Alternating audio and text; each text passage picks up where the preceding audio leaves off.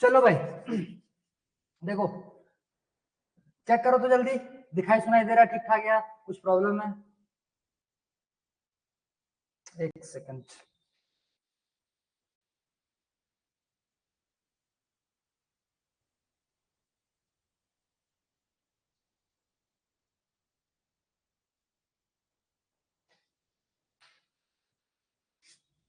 ठीक, तो कल के क्लास में हम लोगों ने रेस्पिरेशन जो है ये स्टार्ट किया हुआ था। ठीक है, रेस्पिरेशन हम लोगों ने स्टार्ट किया हुआ था। हाँ, एक न्यूज है, समझ लो इसको, सुन लो थोड़ा सा। आज ऑफलाइन क्लासेस में हिस्ट्री का एग्जाम हुआ था। ठीक, उसको मैंने अपलोड कर दिया हुआ है एप्लीकेशन पे ही। एप्लीकेशन में तुम्हारे अलग अलग कोर्सेज हैं। ठीक है, उसमें से जो टेस्ट कोर्स एक नया लॉन्च किया हुआ है, जिसमें ₹1 उसमें से तुम्हारा फी दिखा रहा होगा, उसमें फी पेमेंट करने की कोई जरूरत नहीं है। उसमें जबरदस्ती उसमें मेरे को फी रखना पड़ा हुआ है, क्योंकि बिना फी के कोई कोर्स क्रिएट ही नहीं हो पाता है।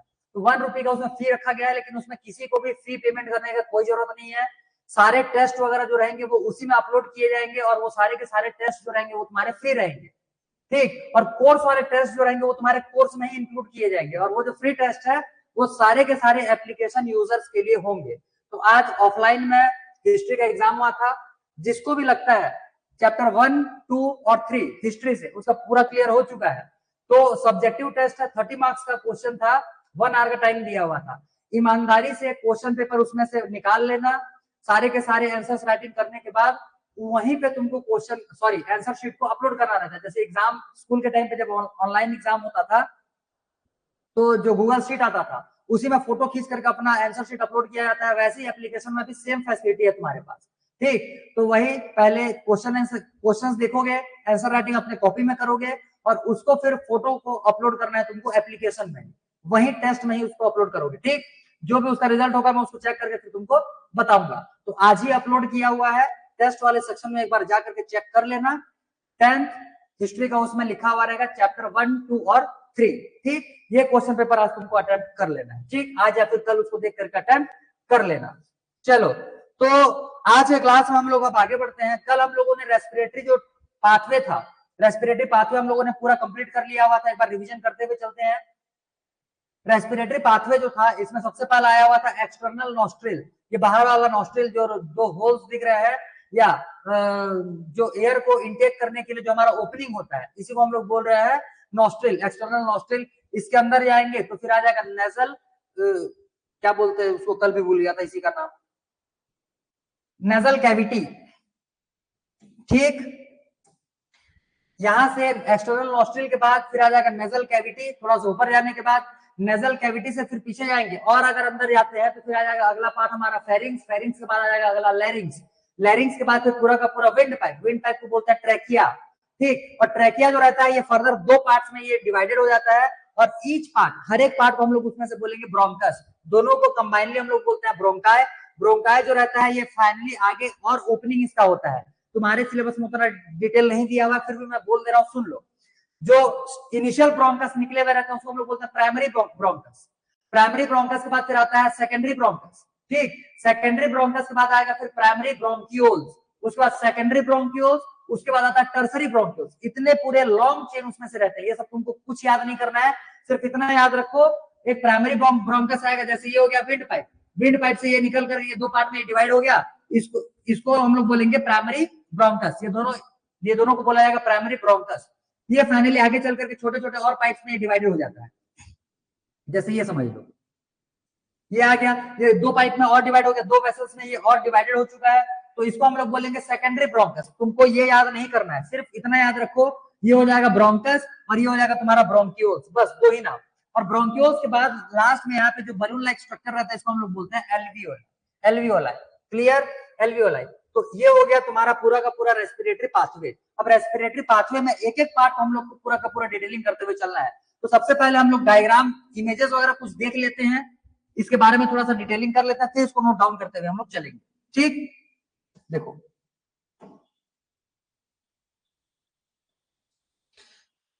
चैप्टर 3 नहीं पढ़े हैं हिस्ट्री का ठीक है। चलो देखो, तो हिस्ट्री में तुम्हारा जो सिलेबस है वो चैप्टर 3 में से सिर्फ और सिर्फ 3 पैरा आ रहे हैं। जैसे तुम्हारे पॉइंट्स लिखे हुए रहते हैं, चैप्टर नंबर 3 ऐसे मान लो, चैप्टर नंबर 3 है मान लो, तो चैप्टर नंबर 3 का 3.1, 3.2 और 3.3 ये खाली 3 पैराग्राफ तुम्हारे सिलेबस में इंक्लूडेड है। उसके बाद के बाकी जो टॉपिक्स है वो तुम्हारा पूरा का पूरा डिलीटेड है, उसको तुमको नहीं करना है। तो पहले के 2 पेजेस में जो तुम्हारे कंटेंट्स दिए हुए हैं 3 पैराज में, यही 3.1, 3.2 और 3.3 बस यही तुम्हारे सिलेबस में है। उसके बाद अब तुमको नहीं पढ़ना है उसमें, ठीक। हिस्ट्री का चैप्टर नंबर 3 पहले के 2 पेज ही तुम्हारे काम के हैं, बाकी सारे काम के नहीं है अभी फिलहाल। और बाकी चैप्टर 1 और चैप्टर 2 जो है वो कंप्लीट है, उसमें से कुछ भी डिलीटेड नहीं है। तो उसको तुमको पूरा का पूरा अच्छे से करना पड़ेगा और टेस्ट दिलाओ। आज का जो टेस्ट था ये मेनली बेस्ड था चैप्टर नंबर 2 को लेकर के, बट चैप्टर नंबर 1 का एग्जाम एक बार पहले हो चुका है, तो उसके कुछ परसेंटेज 20% आसपास के क्वेश्चंस उसके इंक्लूड किए गए थे। और चैप्टर 3 के जो है ये बहुत कम पोर्शन इसमें रहता है, इसी वजह से इसके 1 या 2 क्वेश्चन उसमें दिए हुए हैं। बाकी मेनली जो एग्जाम हुआ था वो चैप्टर 2 से रिलेटेड था, ठीक। तो देख लेना इसको अटेम्प्ट करके, जो भी होगा फिर। चलो इसका कलर मेरे को चेंज कर लेने दो, क्योंकि ये कलर में ये ढंग से स्टेबल ही नहीं रह पाता। ठीक है, चलो तो ये तो हो गया तुम्हारा एसएसटी का इंफॉर्मेशन हिस्ट्री के लिए। अब आगे देखते हैं हम लोग इसमें से कुछ कुछ डायग्राम्स।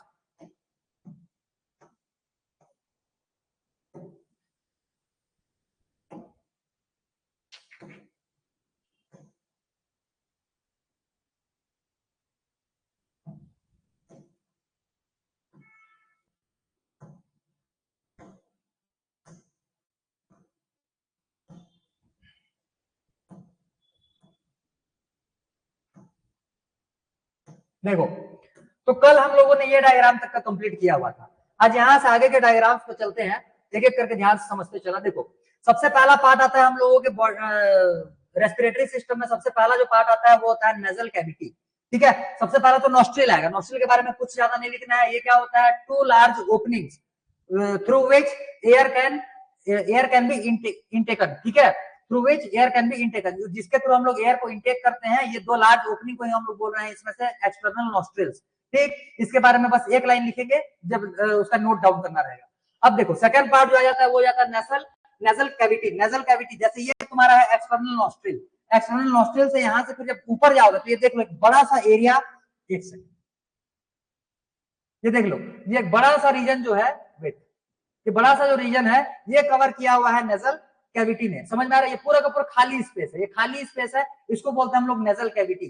मेनली नेजल कैविटी में क्या प्रेजेंट होता है बोलने से तुमको 2 चीजें उसमें से लिखना पड़ेगा। एक होता है नेजल कैविटी में सिलिया, जो हेयर्स प्रेजेंट होते हैं छोटे छोटे, इसको बोलते हैं हम लोग सिलिया, ठीक। और दूसरा रहता है इसके पास म्यूकस ग्लैंड।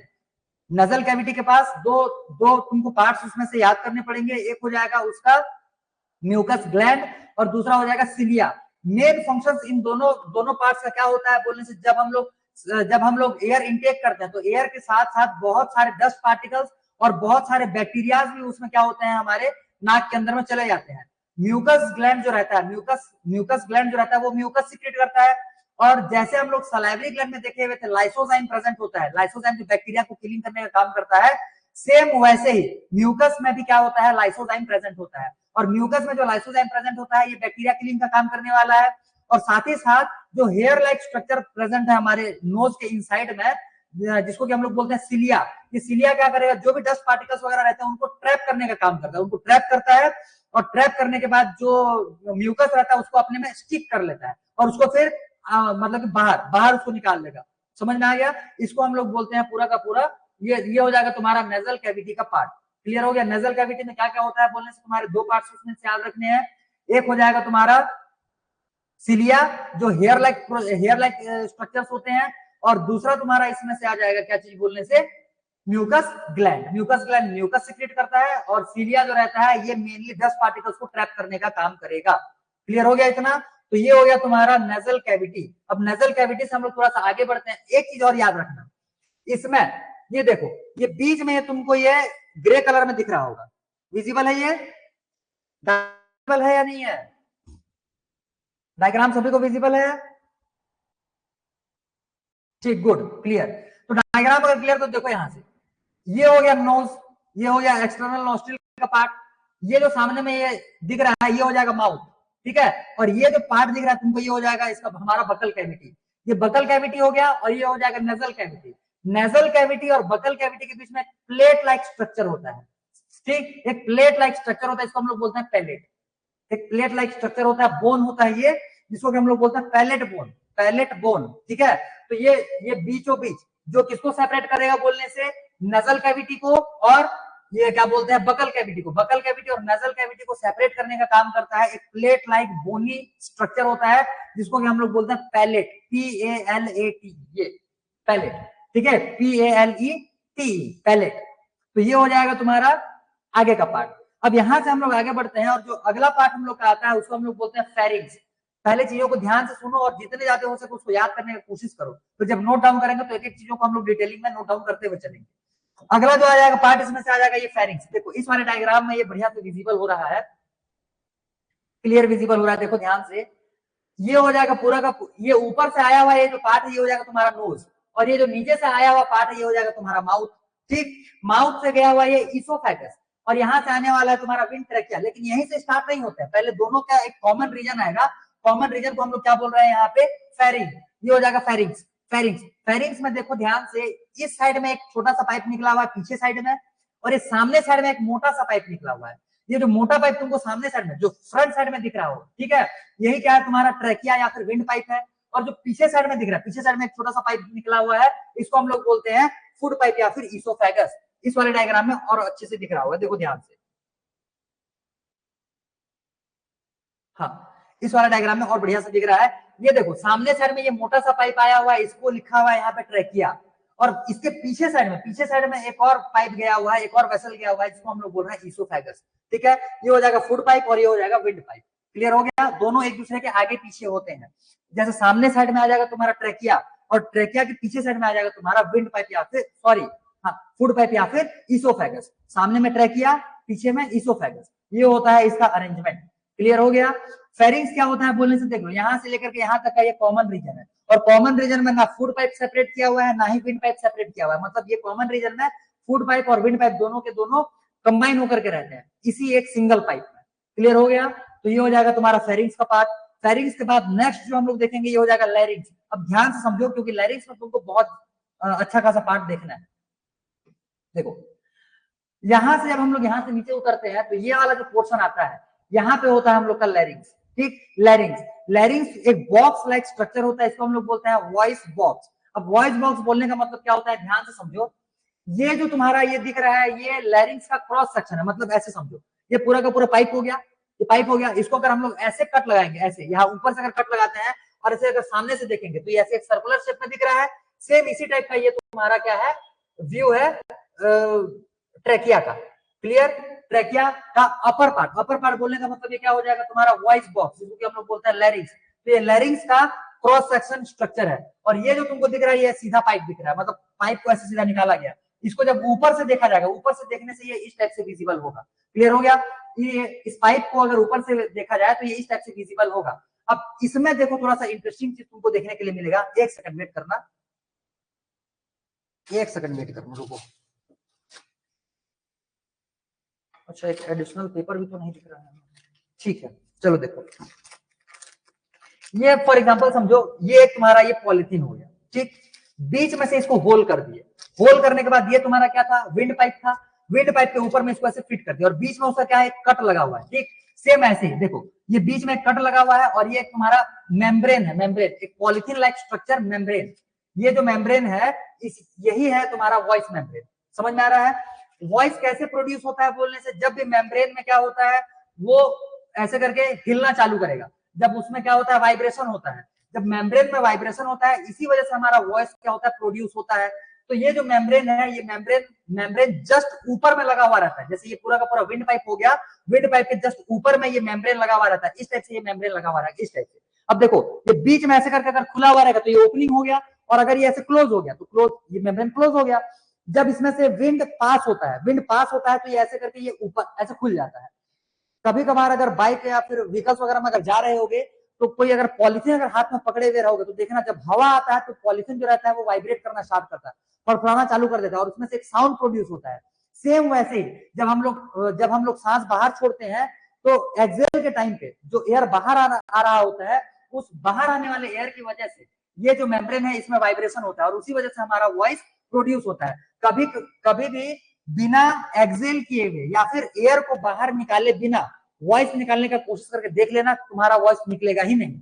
समझ में आ रहा है? वॉइस तभी प्रोड्यूस होगा जब अंदर से हवा बाहर आएगा। हवा बाहर आएगा तो ये जो मेम्ब्रेन है इसमें ये वाइब्रेशन लेकर के आएगा, और ये अगर वाइब्रेट होता है तभी हम लोग का वॉइस जो है ये प्रोड्यूस होता है। कभी कभार ट्राई करके देख लेना, नाक से बंद कर लो, मुंह बंद कर लो, कान बंद कर लो, किसी भी तरीके से हवा जो है वो बॉडी से बाहर आना ही नहीं चाहिए, ठीक। और तब जाकर के वॉइस को बाहर निकालने की कोशिश करना, वॉइस ही नहीं निकाल पाओगे। क्लियर हो गया? ये इतना समझ में आया? तो ये हो जाएगा तुम्हारा वॉइस मेम्ब्रेन। कहां पे प्रेजेंट होता है बोलने से, ये वॉइस बॉक्स में या फिर विंड ट्रैकिया के एकदम अपर पार्ट में, विंड ट्रैकिया के या विंड पाइप के या फिर ट्रैकिया बोलो विंड पाइप बोलो, उसके एकदम अपर पार्ट में ये प्रेजेंट होता है। क्या ये है? वॉइस मेम्ब्रेन या वोकल मेम्ब्रेन, दोनों में से कुछ भी बोल सकते हो, ठीक है। जब इसके अंदर, इसके बाहर में और स्ट्रक्चर्स होते हैं, देखो ध्यान से, ये पूरा का पूरा स्ट्रक्चर दिखा। अब जैसे ये पाइप हो गया, ये पूरा का पूरा तुम्हारा पाइप हो गया, इस पाइप में होता क्या है, और देखो इस पाइप का जो ओपनिंग है, ये विंड ट्रैकिया का जो ये ओपनिंग है, इसको हम लोग बोलते हैं ग्लॉटिस। इसको हम लोग क्या बोलेंगे? ग्लॉटिस। ग्लॉटिस मतलब हो जाएगा विंड पाइप का ओपनिंग। विंड पाइप के ओपनिंग को हम लोग बोलते हैं ग्लॉटिस। इसके ऊपर में ऐसे फ्लैप लाइक स्ट्रक्चर होता है। ये देखो, ये जैसे पाइप हो गया, एक सेकंड, जैसे पाइप हो गया, पाइप दिख रहा होगा, हाँ दिख रहा है, एक सेकंड इधर से, ये देखो, ये हो गया पाइप। पाइप के ऊपर में ये ढक्कन टाइप का एक स्ट्रक्चर है, ये ऐसे करके ये क्लोज होता है, ये ऐसे ओपन हो गया, ये हो गया क्लोज, ये हो गया ओपन, ये हो गया क्लोज। अब देखो ध्यान से, दो पाइप्स है, एक पाइप है ऐसे आगे साइड में, इसी में ड्रॉ करके बताते हैं, रुको।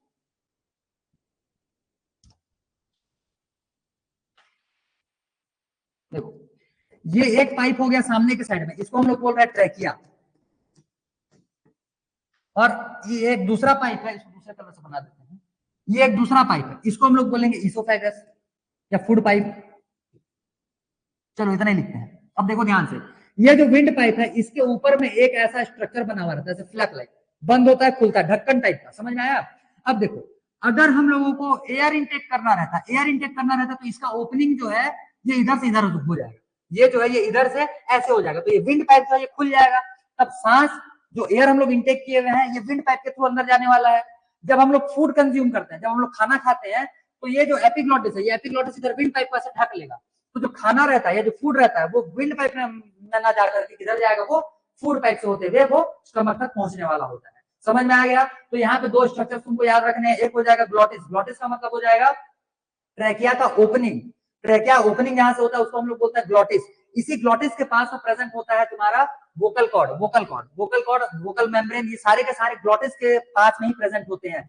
इसी ग्लॉटिस के ऊपर में एक फ्लैप लाइक स्ट्रक्चर होता है, इसको हम लोग बोलते हैं इसका एपिग्लॉटिस। एपिग्लॉटिस का मेन फंक्शन क्या होता है बोलने से, ये विंड पाइप और फूड पाइप दोनों को ये सेपरेट करने का काम करता है। जैसे ये दोनों पाइप आए हुए हैं, मान लो दोनों पाइप है, और यहाँ बीच में ऐसे ये क्या है, तुम्हारा ढक्कन है। अगर विंड पाइप को ओपन करना रहेगा तो ये फूड पाइप की तरफ ऐसे क्लोज हो जाएगा, और अगर विंड पाइप को क्लोज करना रहेगा तो ये विंड पाइप की तरफ ऐसे ये हो जाएगा। मतलब एक टाइम पे ये एक ट्यूब का ओपनिंग करता है, या तो ये विंड पाइप का ओपनिंग करेगा या फिर ये फूड पाइप का ओपनिंग करेगा। समझ में आ गया इतना? ये तो ये हो जाएगा तुम्हारा लैरिंग से रिलेटेड सारे पार्ट्स। लैरिंग्स में क्या क्या होता है बोलने से, तुम्हारा सबसे पहला ओपनिंग को हम लोग इसमें से बोलेंगे ग्लॉटिस। ग्लॉटिस का जो ढक्कन होता है उसको हम लोग बोलते हैं एपिग्लॉटिस। उसके और अंदर जाएंगे तो मिल जाएगा तुमको ये वोकल कॉर्ड। वोकल कॉर्ड के पास में तुम्हारा प्रेजेंट रहता है वोकल मेम्ब्रेन, या फिर उसको वॉइस मेम्ब्रेन बोल लो। और उसके नीचे जब आओगे तब फिर तुमको पूरा का पूरा दिखेगा वहां पे ट्रैकिया। तो ये सारे के सारे जो पार्ट अभी हम लोग देखे हुए थे लैरिंग्स में, ये ट्रैकिया का अपर पार्ट है। ट्रैकिया का ये अपर पार्ट है। पहले ये सारे के सारे लैरिंग्स के पार्ट देखेंगे, इसके बाद फिर ट्रैकिया तुम्हारा स्टार्ट होता है। क्लियर हो गया इतना? यहां तक समझ में आ गया? गुड। चलो अब यहां पे थोड़ा सा कॉन्सेप्ट एक चीज समझो। ये देखो, इसमें बढ़िया से दिखाया हुआ है डायग्राम, विजिबल? हाँ विजिबल है। तो देखो, ये हो गया पाइप, ये हो गया पाइप। पाइप में ये जो ओपनिंग दिख रहा है, ये जो ओपनिंग दिख रहा है, इसको हम लोग बोल रहे हैं ग्लॉटिस। यहाँ पे लिखा भी हुआ है ग्लॉटिस, ठीक। ये हो जाएगा ग्लॉटिस। यहाँ पे है ये ओपनिंग, ये ओपनिंग, ये हो जाएगा ओपनिंग। और इसके बाद ये है तुम्हारा फ्लैप लाइक स्ट्रक्चर। ये है तुम्हारा फ्लैप लाइक स्ट्रक्चर, ये ऐसे। अगर ये इस साइड में आया हुआ है तो ये किसको ढक देगा? ये विंड पाइप को ढक देगा। अगर ये इस साइड में चला जाएगा तो किसको ढक देगा? ये फूड पाइप को ढक देगा। तो इस हिसाब से अगर देखा जाएगा, ये सॉरी इसको उल्टा बनाया है, ये ऐसे है, एपिग्लोटिस जो है ये ऐसे, एपिग्लोटिस, ये हो गया एपिग्लोटिस। देखो एपिग्लोटिस जो है ये हो गया तुम्हारा एपिग्लोटिस। ये एपिग्लोटिस जब इस साइड में आएगा तो ये वाले को पूरा का पूरा कवर कर दिया है, और ये पीछे साइड में है तुम्हारा फूड पाइप। तो फूड अगर आ रहा होगा तो ये इधर चला जाएगा, और अगर ये ऐसे खुल करके ओपनिंग इधर बना लेता है तो विंड पाइप ओपन हो जाएगा। तब जब हम लोग एयर इनटेक करेंगे तो वो इस साइड में चला आएगा। अब इसमें कॉन्सेप्ट क्या है समझो ध्यान से। कभी कभी हम लोग खाना जब खाते हैं तो खाना खाते के टाइम पे हमको हिचकी आना चालू हो जाता है, ठीक है, हिकअप आना स्टार्ट हो जाते हैं। तो हिचकी आने का रीजन क्या होता है पहले ध्यान से समझो। जब ये जो एपिग्लोटिस है, एपिग्लोटिस हमारे दिलिंग के हिसाब से काम कर नहीं रहा है। अगर हम लोग एयर इनटेक करते हैं तो अपने से ही क्या करता है, अपना पाथ को चेंज, मतलब कि अपना फ्लैप को चेंज कर लेता है अपने से। हम लोग को हमारे दिलिंग के हिसाब से वो काम नहीं करने वाला। तो ये जब अपने से ही अपना पाथ, अपना जो पोजीशन है उसको ये चेंज कर ले रहा है, तो कभी कभी होता क्या है, हम लोग खाना खाते टाइम पे दूसरों से बातचीत करना चालू कर देते हैं। इस वजह से ब्रेन जो है ये प्रॉपरली इस एपिग्लोटिस को कंट्रोल नहीं कर पाता। तो अगर ब्रेन का प्रॉपरली कंट्रोल एपिग्लोटिस पे नहीं हो पाएगा तो इस वजह से कभी कभार जो फूड होता है, फूड वो फूड पाइप में जाने की बजाय कभी कभी वो विंड पाइप में एंटर कर जाता है। तो अगर ये ग्लोटिस सॉरी एपिग्लोटिस अगर विंड पाइप को ओपन कर दिया फूड इंटेक करने के टाइम पे, अगर ये एपिग्लोटिस विंड पाइप को ओपन कर देगा तो फूड मटेरियल जो है वो फूड पाइप में जाने की बजाय किधर आ जाएगा, ये विंड पाइप में एंटर कर जाएगा। तो विंड पाइप में जैसे ही एंटर करता है, विंड पाइप में तो फूड का कोई काम है नहीं, वो तो पूरे के पूरे लंग्स के लिए एक तरीके से वेस्ट मटेरियल है, ठीक। तो उसको क्या करेगा, जो विंड पाइप रहता है वो उसको बाहर निकालने का कोशिश करता है। तो बाहर कैसे निकालेगा, जब अंदर से उसको प्रेशर लगाएगा। तो प्रेशर जो अंदर से उसको बार बार लगाता है, इसी को हम लोग बोलते हैं हिकअप या फिर हिचकी, हिचकी आना बोलते हैं। और जब हिचकी आता है तो वो होता क्या है, यहाँ से फूड मटेरियल को धीरे धीरे करके बाहर निकालेगा, और फूड पाइप से सॉरी विंड पाइप से निकाल करके उसको फिर कहाँ एंटर कर देता है, फूड पाइप में एंटर कर देता है। और जब पूरा का पूरा रास्ता क्लियर हो जाता है तो फिर हिचकी आना बंद हो जाता है। और रास्ते को जल्दी क्लियर करवाने के लिए हम लोग क्या करते हैं, थोड़ा सा पानी पी लेते हैं, ताकि पानी से क्या होता है पूरा का पूरा पाइप जो है वो एक बार के लिए जल्दी से साफ हो जाए, ताकि जो फूड का पासेज है, पैसेज है, वो आसानी से हो पाए। क्लियर हो गया। तो ये होता है हिचकी या फिर हिकअप आने का तुम्हारा रीजन। कभी कभी बोलते हैं कि दूसरों को याद, कोई तुमको याद कर रहा होगा इस वजह से हिचकी आ रहा है, ऐसा नहीं होता। तुम्हारा ध्यान किसी दूसरे तरफ भटका रहेगा, इसी वजह से तुमको हिचकी आएगा, अदरवाइज हिचकी नहीं आता है। क्लियर इतना। तो ये होता है तुम्हारा हिकअप या फिर हिचकी के लिए तुम्हारा कॉन्सेप्ट। अब आगे देखते हैं यहां से, जब हम लोग ये क्या देख लिए, लैरिंग्स देख लिए। लैरिंग्स के बाद अब थोड़ा सा नीचे उतरेंगे तो तुम्हारा पूरा का पूरा आ जाएगा यहाँ से विंड पाइप, विंड पाइप या फिर ट्रैकिया। अब देखो ट्रैकिया के लिए क्या क्या डिटेलिंग देखना है। सबसे पहला तो विंड ट्रैकिया, ये जो ट्रैकिया है, ट्रैकिया जो रहता है ये एक सिंगल पाइप होता है, ठीक, सिंगल पाइप आएगा, और ये सेमी सर्कुलर सी शेप्ड, याद रखना सी शेप्ड, ये जो दिख रहा है सी शेप्ड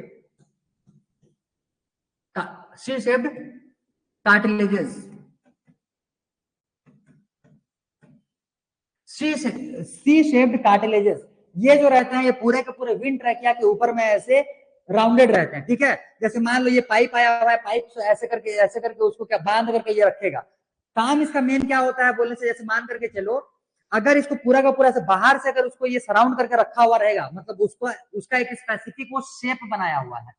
क्योंकि ये जो पूरा का पूरा पाइप दिख रहा है ये मसल्स का बना हुआ है। मसल्स क्या होते हैं, स्मूथ होते हैं, और हवा इसमें क्या हो रहा है, बार बार पास हो रहा है, मतलब एयर जो है पास हो रहा है। तो एयर के पास होने की वजह से इसके वॉल्स में कभी भी कॉन्ट्रैक्शन हो सकता है, कभी भी इसके वॉल्स जो है ये कोलैप्स कर सकते हैं। इस वजह से कोलैप्स होने से प्रिवेंट करने के लिए इसके ऊपर में क्या लगा हुआ रहता है, rings of cartilages. Rings of cartilages का मेन फंक्शन क्या होता है बोलने से, prevention from the collapse of wind trachea. Clear हो गया। Prevention of the collapse from wind trachea या फिर विंड पाइप। इसको हम लोग इसी वजह से यहाँ पे क्या यूज किया गया रहता है, ये rings of cartilages. Rings of cartilages जो रहेंगे, रिंग बोल रहे हैं लेकिन पूरा वो सर्कुलर शेप में नहीं रहता है, वो सी शेप में रहता है, ऐसे रहेगा, इस टाइप इतना ही खुला रहेगा, ऐसे करके ये लगा हुआ रहेगा। मान करके चलो ये पाइप में, और इसके पीछे में एक और पाइप रहेगा जिसको हम लोग बोलते हैं इसोफेगस या फिर फूड पाइप। तो ये हो जाएगा तुम्हारा ट्रैकिया। ट्रैकिया जो रहता है ये आगे चल करके दो पार्ट में डिवाइड होता है। ईच पार्ट को हम लोग बोलेंगे ब्रोंकस, ईच पार्ट को इसका बोला जाएगा ब्रोंकस। ब्रोंकस फिर एंटर कर जाएगा कहाँ पे, दोनों लंग्स में। क्लियर हो गया, दोनों लंग्स में ये एंटर कर जाएगा। अब आगे का एक डायग्राम देखें जितना है, ये हो जाएगा। देखो इसमें लिखा हुआ है प्राइमरी ब्रोंकाई लिखा हुआ है, प्राइमरी ब्रोंकाई लिखा हुआ है, तो ये जो है प्राइमरी ब्रोंकाई। प्राइमरी ब्रोंकाई के बाद फिर येलो कलर में जो तुमको बाद में दिख रहा होगा ये हो जाएगा सेकेंडरी ब्रोंकाई। हालांकि ये सब तुमको नहीं करना है, इसमें बस लेबलिंग में मेंशन कर दिया है, बाकी तुमको ये सब नहीं करने हैं। ठीक, तुमको बस ये ब्रोंकाई, ब्रोंकाई के बाद फिर ब्रोंक्योस, ब्रोंक्योस के बाद सीधा एल्वियोली, सिर्फ 3 पार्ट तुमको लंग्स के इनसाइड में देखने हैं। क्लियर हो गया? अब देखो ये जो लंग्स का मेम्ब्रेन होता है, लंग्स जो रहता है ये डबल लेयर मेम्ब्रेन से ये पूरा का पूरा बना हुआ रहेगा। लंग्स जो रहता है ये डबल लेयर मेम्ब्रेन का बना हुआ रहता है। ये जो मेम्ब्रेन होता है इसको हम लोग बोलते हैं pleura membrane, pleura membrane. Clear हो गया? इसका कौन सा मेम्ब्रेन बोलेंगे? Pleura membrane, pleura membrane. और प्लूरा मेम्ब्रेन जैसे ये 2 लेयर में है तो ये 2 लेयर में ऐसे रहेगा, ये हो जाएगा आउटर प्लूरा मेम्ब्रेन, ये हो जाएगा इनर प्लूरा मेम्ब्रेन, और दोनों के बीच में प्लूरल फ्लूइड भरा हुआ रहेगा। दोनों के बीच में क्या भरा हुआ रहता है बोलने से? प्लूरल फ्लूइड भरा हुआ रहता है। क्लियर हो गया? जो कि इसको प्रॉपर शेप प्रोवाइड करेगा। हालांकि इतना डिटेल हम लोग नहीं देखेंगे, सिर्फ ये जनरल नॉलेज के लिए है। बस इतना याद रखो कि दोनों लंग्स के पास क्या एंटर करने वाले हैं? ब्रोंकाइज। ठीक, ब्रोंकाई दोनों ही लंग्स में एंटर करेंगे, वो फाइनली फिर ओपनिंग होते हैं ब्रोंक्योल्स में, और ब्रोंक्योल्स फाइनली ओपनिंग होता है कहां पे बोलने से? एल्वियोलाई में। क्लियर? आगे देखो, अब ये होता है तुम्हारा एल्वियोलाई का स्ट्रक्चर, दिख रहा होगा? हाँ, क्लियर है। देखो ये होता है एल्वियोलाई का स्ट्रक्चर। ध्यान से देखो, ये जो अंदर तरफ से ये पाइप आया हुआ है, रेड और ब्लू कलर में जो नहीं दिख रहा है, जो रेड और ब्लू के से अलग है पाइप, ये हो जाएगा तुम्हारा ब्रोंक्यूल्स। ठीक, और रेड और ब्लू कलर में जो पाइप दिख रहे हैं ये होते हैं तुम्हारे ब्लड वेसल्स। रेड कलर जो हो जाएगा ये तुम्हारा हो जाएगा आर्टरी, और ब्लू कलर में जो दिख रहा है तुम्हारा ये हो जाएगा वेन। अब कल तुमको बताया गया था जहां पे भी आर्टरीज और वेन्स के जंक्शन होते हैं या फिर सब्सटेंसेस का एक्सचेंज होता है, वहां पे क्या प्रेजेंट होता है बोलने से? कैपिलरी। देख लो ये कैपिलरी यहाँ पे पूरा का पूरा बना हुआ है, और जैसे ये मान लो तुम्हारा है ये एल्वियोलाई, एल्वियोलाई के ऊपर में ऐसे नेट टाइप का जाल बनाते हुए पूरे के पूरे कौन बैठे रहते हैं यहाँ पे? ये ब्लड कैपिलरीज। ठीक, ब्लड कैपिलरीज यहाँ पे इसी वजह से है ताकि ये अंदर से ऑक्सीजन को ले आए, मतलब ला पाए, और ये जो पूरे के पूरे बॉडी में से कार्बन डाइऑक्साइड प्रोड्यूस होता है उसको वापस से यहाँ पे उसको लंग्स को दे पाए। क्लियर? इस वजह से कहां पे बोलने से ये हो जाएगा तुम्हारा, ठीक है, एल्वियोलाई के बाहर में पूरे के पूरे ये चिपके हुए रहेंगे, पूरे के पूरे बाहर में ये चिपके हुए तुमको देखने के लिए मिलेंगे। क्लियर? इतना डायग्राम क्लियर हो गया? देखो जल्दी बताओ, इतना क्लियर हुआ तो?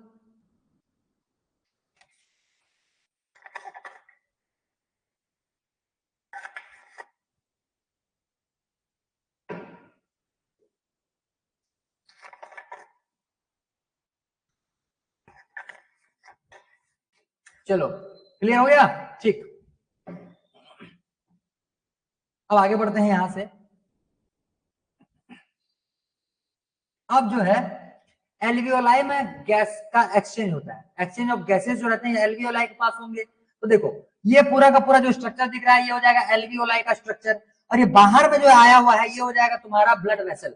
ये देखो यहां तक ब्लू कलर में दिखाया हुआ है, और फिर इधर से ये रेड कलर में दिखाया हुआ है, तो बीच में इसका क्या प्रेजेंट होगा? कैपिलरी। लिखा भी हुआ है यहाँ पे कैपिलरी। ये कैपिलरी जो है ये गैसेस का एक्सचेंज पॉइंट होता है।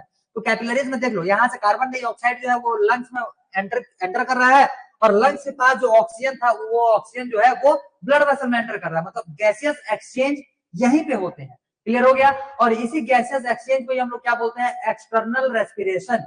इसी गैसियस एक्सचेंज को क्या बोला जाता है? External respiration. कल यहीं तक हम लोग किए हुए। आ गया समझ में ये? क्लियर? लेबलिंग तुमको बाकी ज्यादा नहीं देखने हैं, सिर्फ स्ट्रक्चर्स वगैरह देखते चलो, और काम का तुम्हारा जितना है उसको भी लिखवाते हुए चलेंगे यहाँ पे। देखो आगे, अब देखो, अब ये पूरा का पूरा जो प्रोसेस है गैस को इंटेक करने का, उसको बाहर निकालने का, इसको हम लोग क्या प्रोसेस बोल रहे हैं? ब्रीदिंग। इस प्रोसेस को क्या बोला जाता है? ब्रीदिंग। अब देखो ब्रीदिंग करने के लिए सबसे इंपॉर्टेंट ऑर्गन कौन सा है बोलने से? लंग्स। बिल्कुल नहीं लिखोगे, लंग्स नहीं होता है ब्रीदिंग करने के लिए मेन ऑर्गन।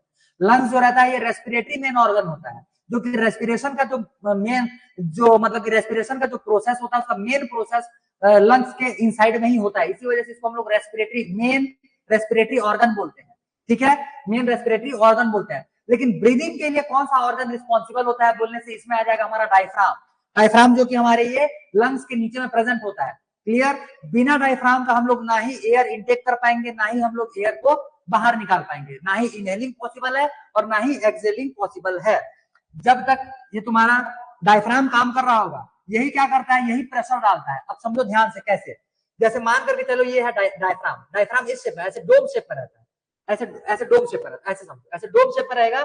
तो जब एयर को अंदर लेना रहता है तो ये डायफ्राम ऐसे करके फ्लैट हो जाएगा, डायफ्राम ऐसे करके फ्लैट हो जाएगा। जैसे ये फ्लैट हो जाएगा, ये समझो ये ऊपर में ऐसे कवरिंग है और ये अंदर से धंसा हुआ है। जब ये फ्लैट हो जाएगा तो सरफेस एरिया क्या हो जाएगा, यहाँ पे इंक्रीज।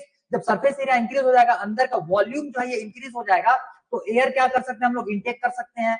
और जब उसी एयर को हम लोग को बाहर निकालना रहता है, तो ये जो डायफ्राम ऐसे फ्लैटन रहता है, ऐसे फ्लैट हुआ रहता है, ये ऐसे अपने आप को ऐसे ऐसे करके कर्व बना लेगा। तो ऐसे पुश जब करता है, ये ऐसे जब कर्व बना लेता है, तो ये लंग्स को ऊपर से नीचे से क्या करेगा, ये पुश करता है, ठीक। और लंग्स को जैसे ही पुश करता है, लंग्स में कॉन्ट्रैक्शन होता है, और कॉन्ट्रैक्शन की वजह से अंदर के जो एयर्स रहते हैं वो क्या हो जाएंगे, बाहर आ जाएंगे।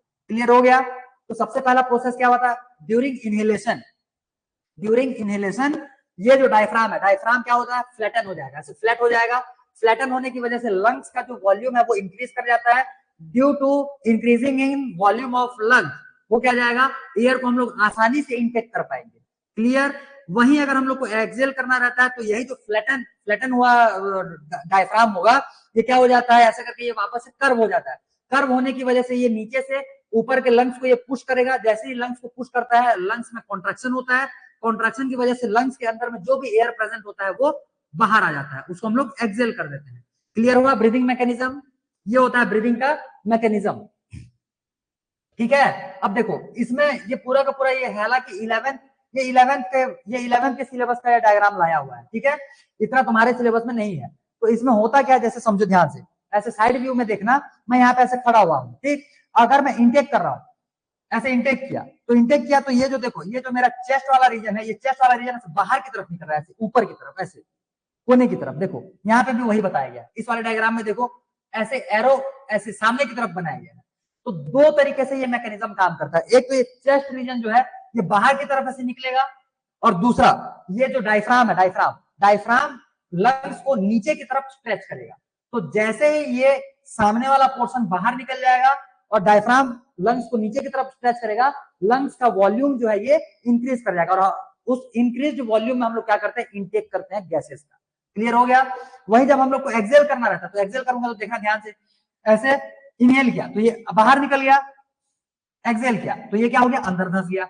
जब ये अंदर धंस गया है, उसी टाइम पे जो नीचे से ये जैसे ये अंदर धंसा हुआ है, नीचे से जो डायफ्राम है, डायफ्राम इसको ऐसे करके पुश करेगा, ऐसे नीचे से ऊपर इसको पुश करेगा। तो दोनों तरफ से ये कॉन्ट्रैक्शन हुआ, नीचे से भी ये कॉन्ट्रैक्शन हुआ और साइड से भी कॉन्ट्रैक्शन हुआ, जिसके वजह से लंग्स का जो एरिया रहता है, लंग्स का जो वॉल्यूम रहता है वो कम हो जाता है और लंग्स कॉन्ट्रैक्ट कर जाता है, और इसी से हम लोग क्या कर पाते हैं, गैसेस को बाहर निकाल पाते हैं। क्लियर हुआ ये।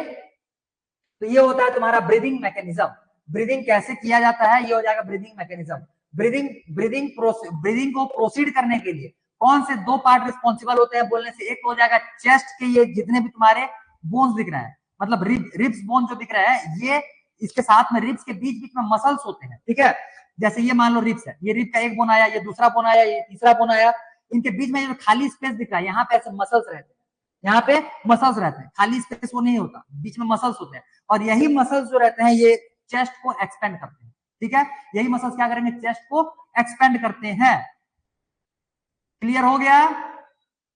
इतने तक हम लोगों को अभी नोट डाउन करना है, पहले इतने को रिकॉल करो एक बार, इतने को एक बार जल्दी से रिकॉल करो, फिर इतने को हम लोग नोट डाउन करेंगे, इसके बाद फिर इंटरनल रेस्पिरेशन में उतरेंगे।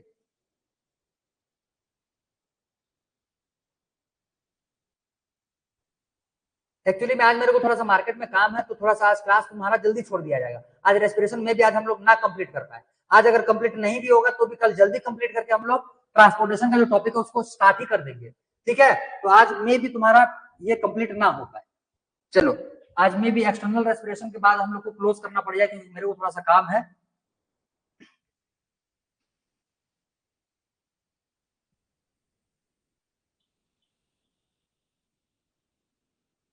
चलो अब एक एक करके हम लोग इसमें से नोट डाउन करते हुए इसको लिखते हुए चलेंगे। लगाओ, हेडिंग लगाओ, रेस्पिरेशन इन ह्यूमन बीइंग तो हम लोग देख ही लिए थे। अब एक एक पार्ट को हम लोगों को इसमें रेस्पिरेटरी पाथवे लगाओ हेडिंग।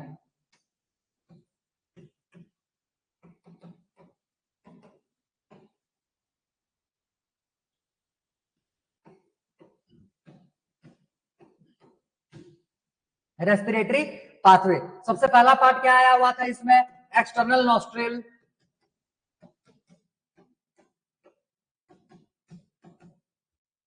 एक्सटर्नल नॉस्ट्रिल्स क्या होता है ये, two opening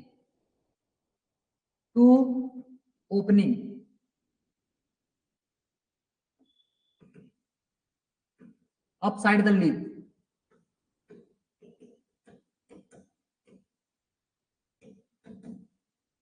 through which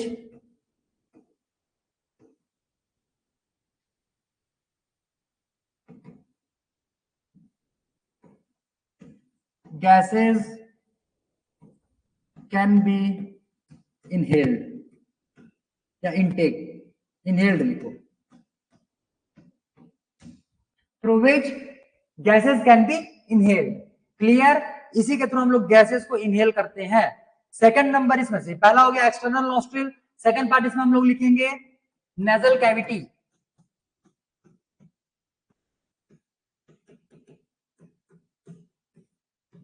nasal cavity, it is a space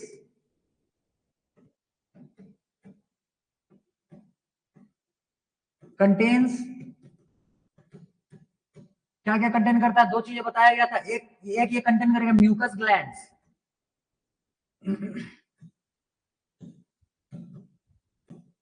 mucus gland, and second जो hair like presence, hair like जो स्ट्रक्चर इसको हम लोग क्या बोल रहे थे, सिलिया, सिलिया, सिलिया, ये क्या है, हेयर लाइक स्ट्रक्चर या स्मॉल हेयर्स लिख लो, स्मॉल हेयर। चलो तो ये हो जाएगा तुम्हारा सिलिया, ये दोनों प्रेजेंट होते हैं। म्यूकस ग्लैंड के पास क्या प्रेजेंट होता है, बोलने से म्यूकस प्रेजेंट होता है, और म्यूकस में क्या प्रेजेंट होगा, लाइसोजाइम, कंटेन्स म्यूकस, कंटेन्स, इसको शॉर्ट में लिख लेना, कंटेन्स लाइसोजाइम।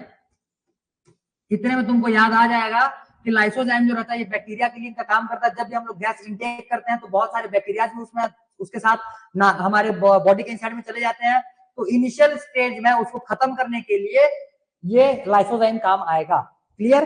चलो नेजल कैविटी के बाद हम लोग को अगला देखना है इसमें से फेरिंग्स, इसमें क्या लिखोगे, it is a common region for wind pipe and food pipe.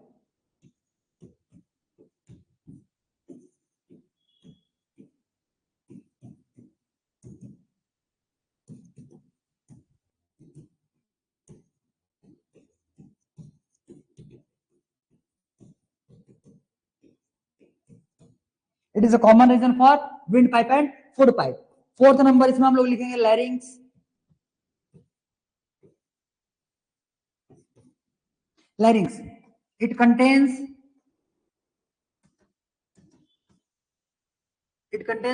लैरिंग्स के पास क्या क्या होता है, देखो ध्यान से, वॉइस बॉक्स, एक काम करो इसको वॉइस बॉक्स तो लैरिंग्स को ही बोल रहे हैं, वॉइस बॉक्स नहीं, वोकल कॉर्ड,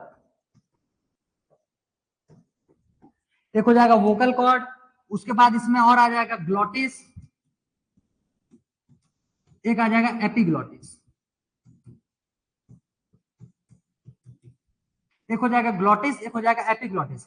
अब वोकल कॉर्ड जो है ये क्या करेगा, प्रोड्यूस वॉइस, ठीक। ग्लॉटिस जो है ये क्या हो जाएगा, opening of trachea,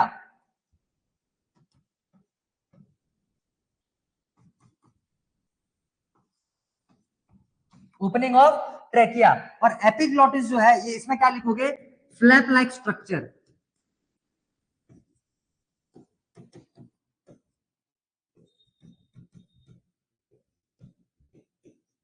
flap like structure which separates food pipe and wind pipe, ऐसे लिख लेना, विच सेपरेट्स, यहां पे और स्पेस नहीं है, मैं बोल दे रहा हूं, इसी को लिख लेना, which separates food pipe and windpipe। ये food pipe और windpipe को सेपरेट करने के लिए ये एपिग्लॉटिस का यूज किया जाएगा।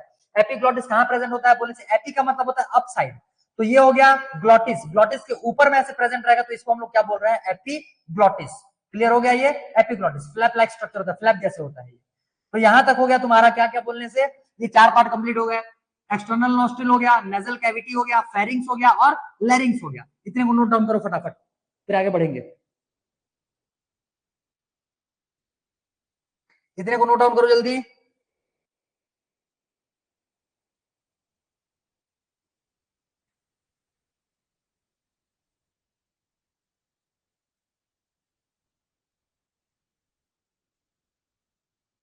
Done, good. चलो तो देखो, एक चीज और बोल दे रहा हूं, अगर कोई सा चीज छूट जाए तुम्हारा, आराम से वीडियो को फिर से रिवाइंड करके देख लेना और सारी चीजों को नोट डाउन करते हुए चलना। कुल मिलाकर के अगर पहले से ही जितने लिखे हुए हो उसको रिपीट करने का कोई मतलब नहीं है। जितने चीजों को लिख लिए हो उसको एज इट इज रहने दो। जो चीजें तुमको एक्स्ट्रा मिलते जा रहा है उसको नोट डाउन करते हुए चलो, या जो कॉन्सेप्ट तुमको नया देखने के लिए मिल रहा है, नया सुनने के लिए मिल रहा है, उसको एज इट इज अपने किसी एक दूसरे जगह पे, खाली जगह पे उसको अच्छे से लिखते चलो, क्योंकि वो तुम्हारे एग्जाम में बहुत ज्यादा काम आने वाला है। आगे देखें इसमें। अच्छा कितना पार्ट हुआ था, 4। 5th नंबर, विंड पाइप, या फिर इसी को बोलते हैं ट्रैकिया। सबसे पहले तो इसका लेंथ लिख लो, ये इसका लेंथ 10 to 12 सेंटीमीटर का हो जाएगा लेंथ, और 2 to 3 सेंटीमीटर का इसका हो जाएगा, क्या बोलना चाहिए उसको, ल्यूमेन साइज, या फिर डायमीटर लिख लो। ठीक, ये हो जाएगा 2 से 3 सेंटीमीटर का इसका डायमीटर। तो ये हो जाएगा तुम्हारा इसके बारे में डिटेलिंग। अब ये क्या क्या कंटेन करता है, कंटेन्स, सॉरी कंटेंट्स ना लिखो, इसमें लिखना trachea is surrounded by C shaped circular ring, semi circular लिखना, C shaped semi circular rings which are known as rings of cartilages।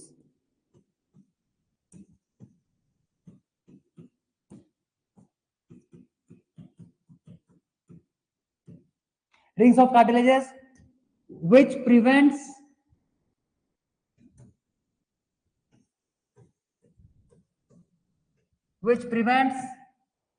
trachea from collapse, which prevents trachea from collapse। Collapse मतलब trachea को collapse करने से ये क्या करता है, बचाता है। तो ये हो जाएगा तुम्हारा विंड पाइप, या इसी को हम लोग बोल रहे हैं ट्रैकिया। क्लियर, यहां तक समझ में आ गया, गुड। चलो तो अब ट्रैकिया के बाद हम लोग अगला ऑर्गन देखेंगे। इसमें अगला पार्ट इसका ट्रैकिया के बाद अगला क्या आया था, 5th के बाद 6th पार्ट क्या था इसमें, 6th पार्ट हाँ ब्रोंकस या ब्रोंकाई लिखो। इसमें लिखना trachea is divided into 2 parts,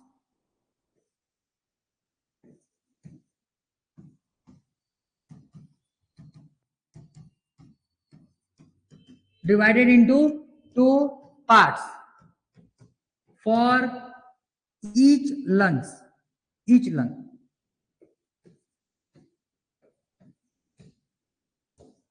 ठीक, फॉर ईच लंग्स। क्लियर हो गया, ये 2 parts, trachea is divided into 2 parts for each lungs called bronchus.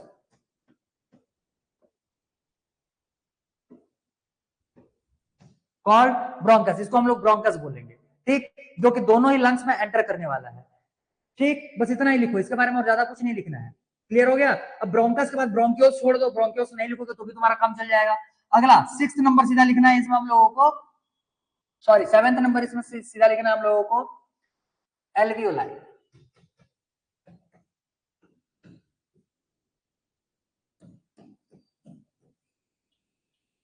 लिखना।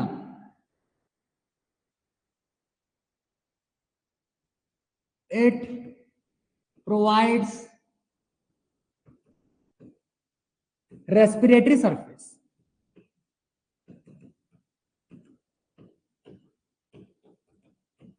For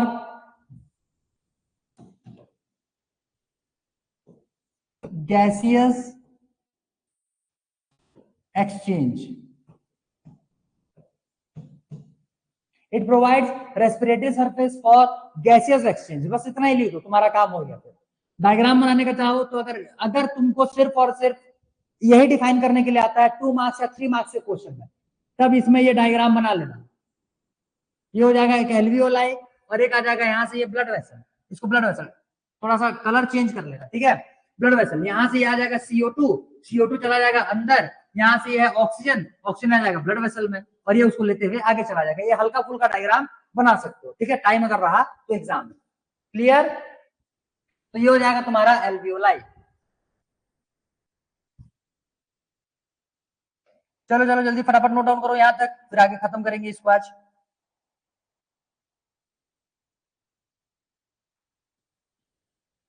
good, done. अब देखो अब हम लोग को देखना है ब्रीदिंग का मैकेनिज्म तो देख चुके थे। एक्चुअल में इसमें देखो समझो होता क्या है, जब हम लोग गैस इनटेक करते हैं तो ऐसा नहीं है कि सिर्फ और सिर्फ हम लोग ऑक्सीजन इनटेक करेंगे। एनवायरमेंट में सारे के सारे गैसेस जो है वो मिक्स्ड है, मिक्सचर के फॉर्म में है। हमारा बॉडी तो बाहर से उसको सेपरेट कर नहीं पाएगा, तो इसीलिए हम लोग करते क्या, सारे गैसेस को हम लोग कंबाइनली इनटेक करते हैं। तो ध्यान से समझना, ब्रीदिंग इसमें एक होता है इनहेल और एक होता है एक्सहेल। समझने के लिए डेटा अलग अलग बुक में अलग अलग दिया हुआ रहता है, मैं पहले ही बता रहा हूं। इसमें मैं अभी जो डेटा लिखने वाला हूं ये तुमको अलग अलग बुक में अलग अलग वैल्यू तुमको देखने के लिए मिलेगा। मैं एक स्पेसिफिक वैल्यू को लेकर के चल रहा हूं, इसीलिए क्योंकि ये तुम्हारे सिलेबस में नहीं है तो ये तुम्हारे कोर्स में कोई इफेक्ट नहीं डालेगा। देखो इनहेल जब हम लोग करते हैं तो इसमें नाइट्रोजन एनवायरमेंट में कितना रहता है, 78%, तो ये 78% हम लोग इनहेल करेंगे। ऑक्सीजन एनवायरमेंट में कितना रहता है, ऑक्सीजन कितना रहता है, अच्छा बताओ तो चलो ऑप्शन कितना रहता है, फिर ही आगे बढ़ेंगे। नाइट्रोजन 78% है, ऑक्सीजन एनवायरमेंट में कितना परसेंट होता है,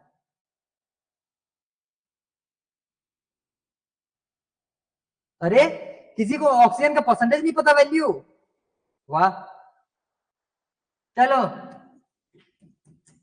21% का ये हो गया। इसके बाद अदर गैसेस, बाकी जो बचे कुछ है ये अदर गैसेस है, ठीक।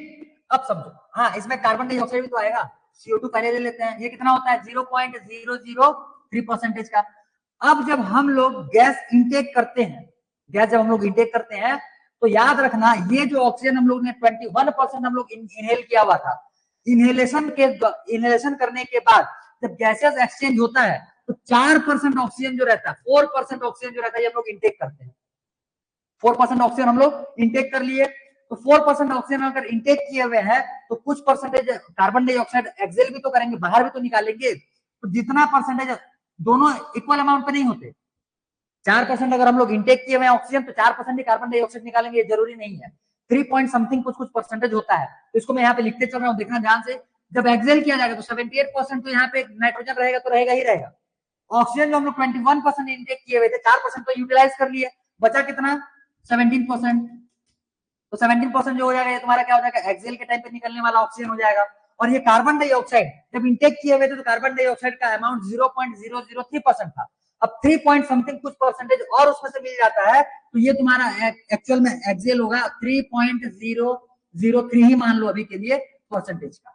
क्लियर हो गया? तो इनहेल करते हैं तो ये सारे गैसेस हम लोग इनहेल करेंगे, एक्सेल करेंगे तो यही सारे गैसेस एक्सेल करेंगे, लेकिन जो गैसेस का अमाउंट होता है वो ऑक्सीजन और कार्बन डाइऑक्साइड का चेंज हो जाता है यहाँ। क्लियर हो गया ये?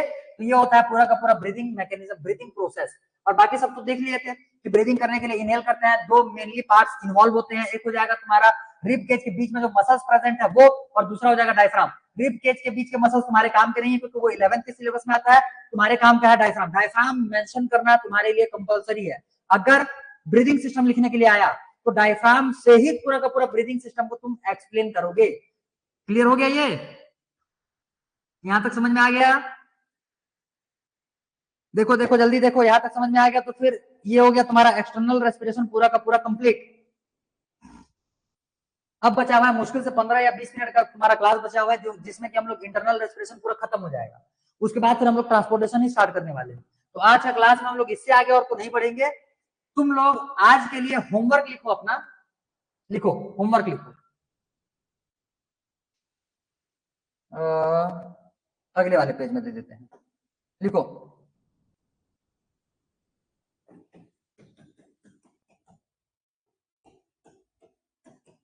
डिफरेंशिएट बिटवीन, पहला नंबर इनहेल और एक्सेल, दूसरा नंबर ये जो भी सेकंड नंबर है इसको, हाँ इसको भी लिख लो, इंटरनल रेस्पिरेशन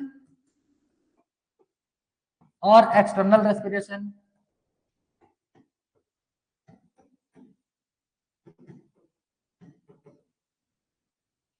दो हो गया। और एक आप क्या लिखे हैं, हाँ तीसरा नंबर इसमें लिख लो प्लांट रेस्पिरेशन और एनिमल रेस्पिरेशन।